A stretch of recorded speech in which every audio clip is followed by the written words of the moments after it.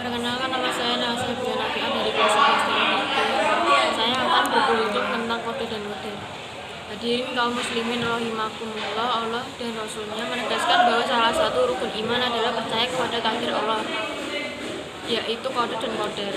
Takdir Allah yang terkait dengan peristiwa alam tidak bisa diotak-atik oleh manusia. Misalnya bagaimana peredaran cakrawala, bulan yang berputar mengelilingi bumi, dan bumi mengelilingi matahari. Penentuan rizki, jodoh, dan maut, kita meyakini bahwa Allah Subhanahu wa Ta'ala lah yang menentukan semua itu. Nasib manusia ada di dalam genggaman Allah. Namun Allah menghendaki hamba-hambanya untuk berjuang dan bekerja keras, dan Allah yang menentukan hasilnya. Disinilah kita perlu memiliki sikap tawakal kepada Allah, agar manusia tidak terjebak dalam sikap frustasi dan penyesalan manakala ia mengalami kegagalan dalam usaha dan ikhtiarnya. Adapun pengertian kode menurut bahasa berkomentar hukum, artinya menghukumi. Adapun koder adalah takdir.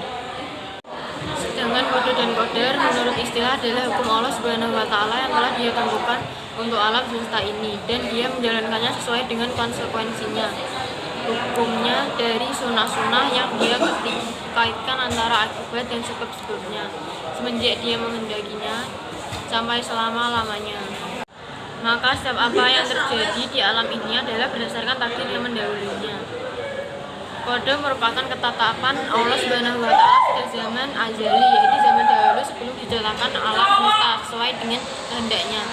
Tentang segala sesuatu yang berhubungan dengan makhluknya, qadar yaitu perwujudan dari kode ataupun ketetapan Allah Subhanahu wa Ta'ala dalam kadar tertentu sesuai dengan kehendaknya. Qadarnya Allah ini juga biasa disebut dengan istilah takdir. Hubungan antara kode dan qadar yaitu hubungan yang tidak dapat dipisahkan dan merupakan satu kesatuan. Karena kode diibaratkan rencana, sedangkan qadar sebagai perwujudan atau kenyataan yang terjadi. Sabda Nabi Muhammad SAW, tidaklah beriman seorang hamba sampai dia beriman kepada qadar yang baik maupun yang buruk, dan mengetahui bahwa sesungguhnya apa yang ditakdirkan menimanya tidak akan meleset darinya, dan apa yang ditakdirkan bukan baginya tidak akan mengenainya. Hadis riwayat Tirmidzi. Firman Allah Subhanahu wa Ta'ala tentang kode dan qadar.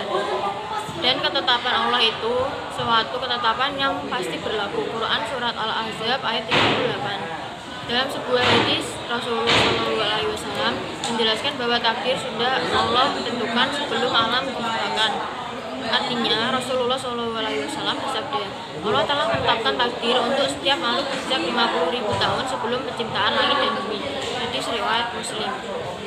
Jadi kode dan qadar Allah memang benar adanya. Hal tersebut disebutkan baik dalam Al-Quran maupun hadis. Karena itu terkait dengan kode dan qadar Allah Subhanahu wa Ta'ala, kita harus mengimani bahwa kehendak Allah meliputi segala sesuatu tanpa terkecuali, baik yang terjadi maupun yang tidak terjadi, baik yang sudah terjadi ataupun yang belum terjadi, baik perkara besar maupun perkara kecil, baik yang nampak ataupun yang tersembunyi, baik yang terjadi di langit maupun di bumi.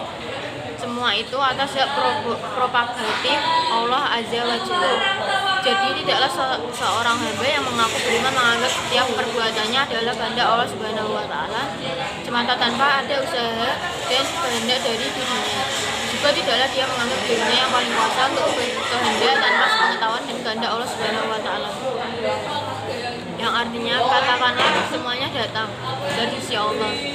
Maka orang-orang itu hampir-hampir tidak memahami pembicaraan sedikit pun. Quran Surat An-Nisa ayat 78. Demikianlah yang dapat disampaikan. Semoga ini menjadi renungan untuk kita semua dalam berbuat. Wassalamualaikum warahmatullahi wabarakatuh.